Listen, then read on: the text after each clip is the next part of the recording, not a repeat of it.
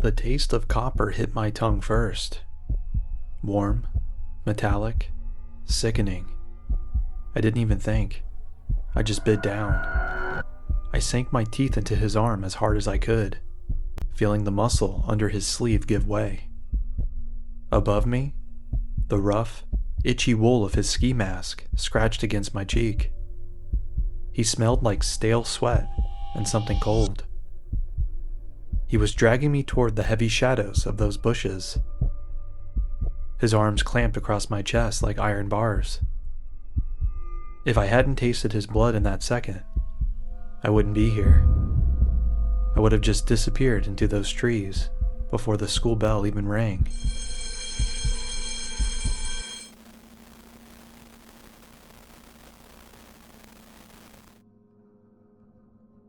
It was just before 7. The sun was coming up, but the shadows were still long across the sidewalk. I was walking to school, just like every other day. I had my backpack on. I was thinking about my classes. The street was mostly empty. Then, I heard them. Footsteps. They weren't steady. They were fast. They were getting closer. Before I could even turn my head, 2 arms wrapped around me from behind. One arm went across my chest. The other tried to pin my arms. I didn't see his face at first, just the black fabric of a ski mask. The smell of him was overwhelming. Stale sweat and something metallic.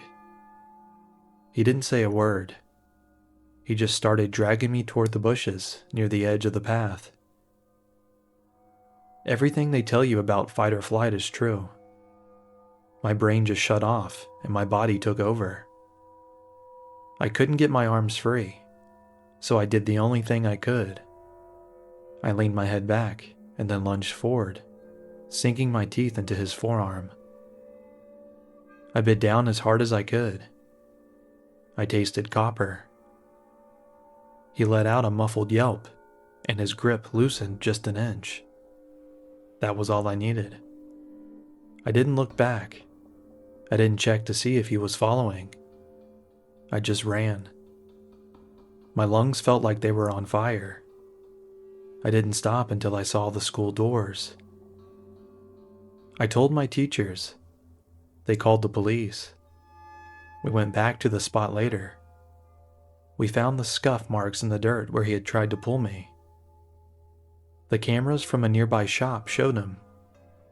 He was just waiting.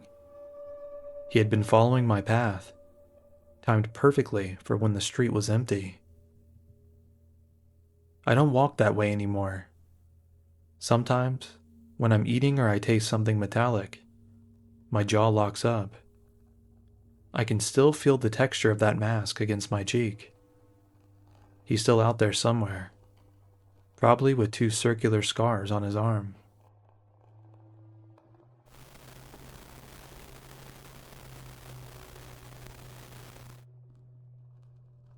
The air was freezing at 5 in the morning.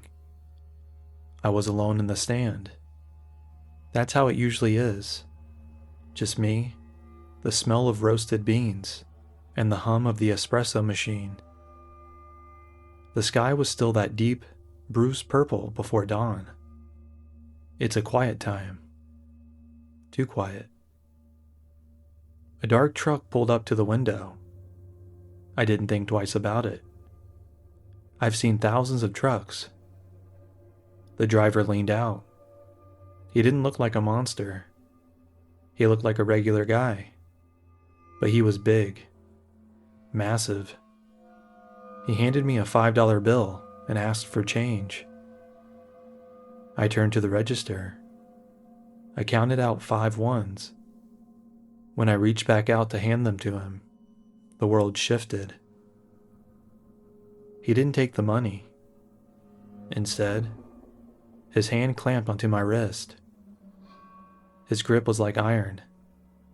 It wasn't just a grab. It was a violent yank. He was trying to pull all 110 pounds of me through that tiny service window. I saw his other hand come up. He was holding a looped, black zip tie. It was about a foot wide.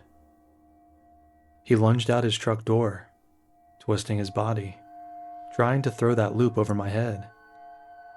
I felt the plastic brush against my hair. The coldness of the window frame pressed into my chest as I fought back. I screamed, but it stayed in my throat. I just pulled. I put every ounce of weight I had into falling backward. For a split second, we were locked. Him pulling me toward the dark interior of that truck, and me pulling toward the safety of the counters. Then, his fingers slipped. I fell back into the stand. My heart was a drum in my ears. I didn't wait to see if he'd get out. I slammed the window shut and locked it. I watched the taillights of that truck disappear into the dark. On the ground outside, the 5 $1 bills were scattered in the oil-stained pavement. Later, they found more zip ties in his house. He had a tattoo on his arm. It said Chevrolet. I think about that tattoo every time I see a car on the road. I think about how close I was to being pulled into a space where no one would hear me scream.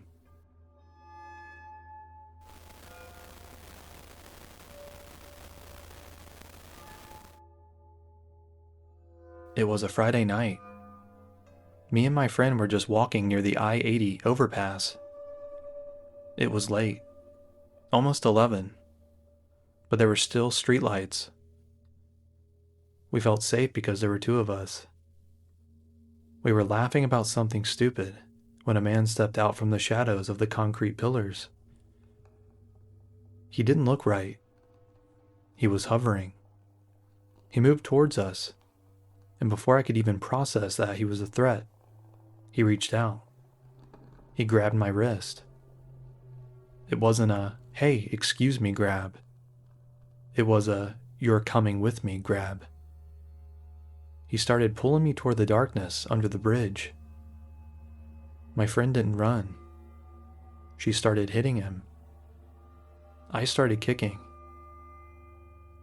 We were both screaming at the top of our lungs. The sound echoed off the bottom of the highway. It was a horrible, high-pitched noise that didn't sound like it came from humans. He was stronger than us, but we were loud. We wouldn't stop moving. He was trying to get a better grip on my jacket when a car slowed down on the road nearby. I saw the headlights swing towards us. I waved my free hand wildly. The man saw the car, looked at us, and just let go. He melted back into the shadows under the overpass like he had never been there at all. A person from the community stopped to help us. If they hadn't, I don't know if we could have kept him off for much longer. He was determined. He was fast. The police caught someone nearby later that night. But every time I drive over an overpass now, I look down at the shadows. I think about how easy it is to disappear under all that concrete.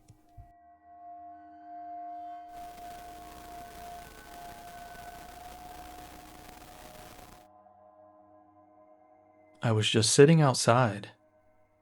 It was 3 in the afternoon, broad daylight. I was on the steps of my apartment building on Lost Knife Road. I felt safe. This was my home. I knew the neighbors. I knew the sounds of the cars. I didn't notice him until he was standing right over me. He was wearing a black hooded sweatshirt with a jacket over it. Even though it wasn't that cold, he had a ski mask pulled up over his mouth. He didn't ask me for the time. He didn't ask for directions. He just grabbed my arm. "Come with me," he said. His voice was flat. No emotion, no anger, just a command. He started pulling me away from the steps, toward the back of the building where the trees get thick. I tried to pull back, but I was small, and he was grown. I felt the rough fabric of his glove against my skin. My heart was hammering so hard, I thought it would pop. Just as we reached the corner of the building, a blue and white flash caught his eye. A police cruiser was patrolling the neighborhood. It was just turning the corner, moving slowly. The man froze. He looked at the car, then he looked at me. He didn't say another word. He just turned and bolted. He ran so fast he was a blur of black fabric. He disappeared behind the apartments before the police even knew what was happening. I sat on the ground for a long time. I couldn't move my legs. If that car had been 30 seconds later, if the officer had decided to take a different street, I wouldn't have been on those steps where my mom came back out to look for me. Now, I don't sit outside alone, even in the sun, especially in the sun. We like to think we are safe in our routines.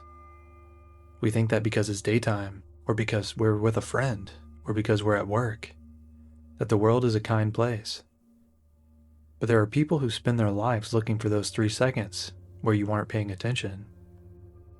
They are looking for a zip tie, the mask, and the shadow under the bridge. The scariest part isn't the struggle. It's the moment of realization. The moment you realize that to them, you aren't a person. You're just something to be taken. Stay aware. Watch the hands. And never, ever think it can't happen to you. Do you have a story of a narrow escape? Tell me in the comments. Let's keep each other safe.